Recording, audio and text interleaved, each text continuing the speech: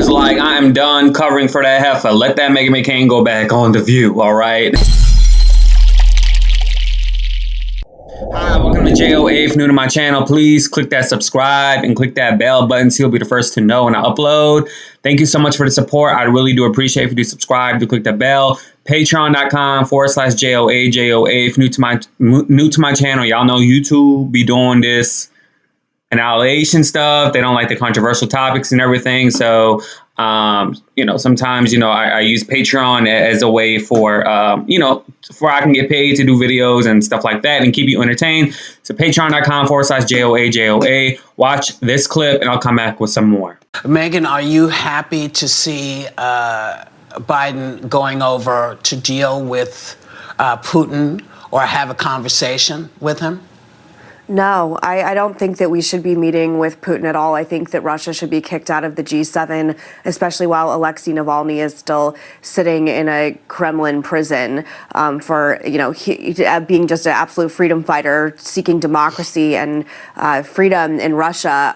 The meeting for me it's almost pointless because President Biden already signaled in May when he withheld the sanctions against the Nord Stream pipeline, which is a pipeline from Germany through Russia, where Russia and the Kremlin now have complete control over the natural gases between Russia and Germany. And it's a huge, huge, huge coup geopolitically for Russia. And they're going to have control over oil and gas in most of the EU. And this was something that had bipartisan disagreement. Democrats came out like Senator Menendez and many Democrats in Congress saying that they shouldn't do this. Many Baltic states and Eastern European countries came out saying that it was a bad coup. We have just given power and money to Vladimir Putin. These are the two things that he only cares about. This meeting is almost meaningless. And as long as Biden is going to do another reset, just like President Bush did when he said that he looked in the eyes of Putin and he saw a soul, just like President Obama did when he said he would have a reset with Vladimir Putin, and didn't do anything at all to stop him from gaining control of power when he annexed Crimea, and going on to obviously the horrific hellscape of the Trump administration. It is a lonely, sad place to be someone who is politically against Russia, because honestly, no president in my entire lifetime since Reagan has done anything to stop the expansion. And at the same time, there's really egregious human rights violations going on in this country, and they should not be treated in the same level as the rest of Europe and Western democracies are. Joy, for you, how is it looking and feeling as you watch this play out today? Well, since I'm not an expert on Russian international information, but I do know one thing, and that is that Putin was kicked out of the G8, which is why it is now the G7. He is not in the G7 at this point.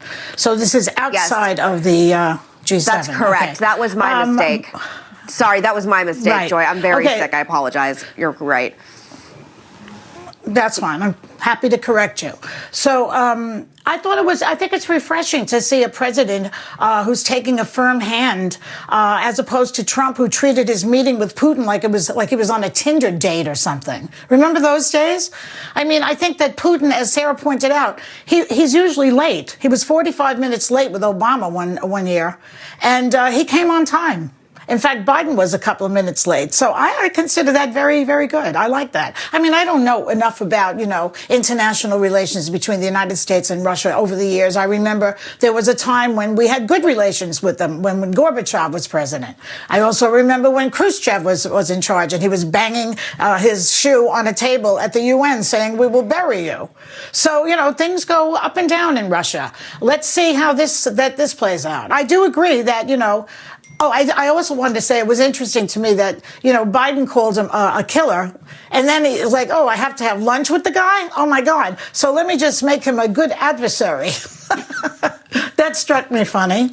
Who wants to have lunch with somebody after you call him a killer? So I personally love that Joy Behar corrected Meghan McCain. And so, there's just been these rumors that the people in Russia, Putin, they allegedly interfered in our elections. And so according to sources, Biden said a key issue would be a string of cyber attacks against the U.S. by Russian groups. And so he said that they had an amicable meeting and things of that nature. And he also said that he warned Putin that if the U.S. had significant cyber capabilities and Putin better make sure he don't do anything, because if he does violate basic norms, he'll be met with a response in that space. Okay, so I mean, I personally don't know much about this whole Russian nature and the Russian thing so far, but what I do know is that Meghan McCain seems to have so much energy for this Navalny person in Russia, but she never talks about the Palestinian issues and then the people from Palestine that are consistently being put to rest on the borders by Israeli forces. She never talks about that at all. But, you know, that's fine with her if, you know, my people get annihilated simply because, you know, they're by the border and things just go south. And so, yeah, so I personally, I'm not saying I don't care about this story. I'm just personally telling you I don't know a lot about Russian relations with the United States of America. I'm not about to pretend that I know. I'm going to read more information about it and see what I know in the future. But at this point, what I'm really focused on is you know, the continuous apartheid that's been going on in Palestine, and that's not really getting a lot of smoke that Russia is getting when it comes to the United States of America. But anyways, y'all, I really did enjoy the live last night, the live stream. I'm hoping that for those of you that watch my channel on a video type of situation, I would hope that you know, you come on live and you watch, and you know, you end up calling in, telling me your perspective on things, you know, because y'all are all the hosts of the channel as well. I don't like saying co-hosts or supporters. Y'all are the hosts, and y'all make the live stream interesting as well. So, you know, if you want to come on live tonight or whenever I do it, I really want to try to do it at least 5 days a week or something. Like, try to incorporate more live streams so you know, I can get that norm flow going and see what happens. But let me know what you think about that in the comments below. Please do subscribe and click the bell so you'll be the first to know when I upload. I want the lives to be set at 8:30 p.m. Central Standard Time, which is 6:30 p.m. California time. And of course, that'll be 9:30 p.m. New York time. And then figure out yours if I missed your mountain time or whatever. Okay? Deuces. Yeah.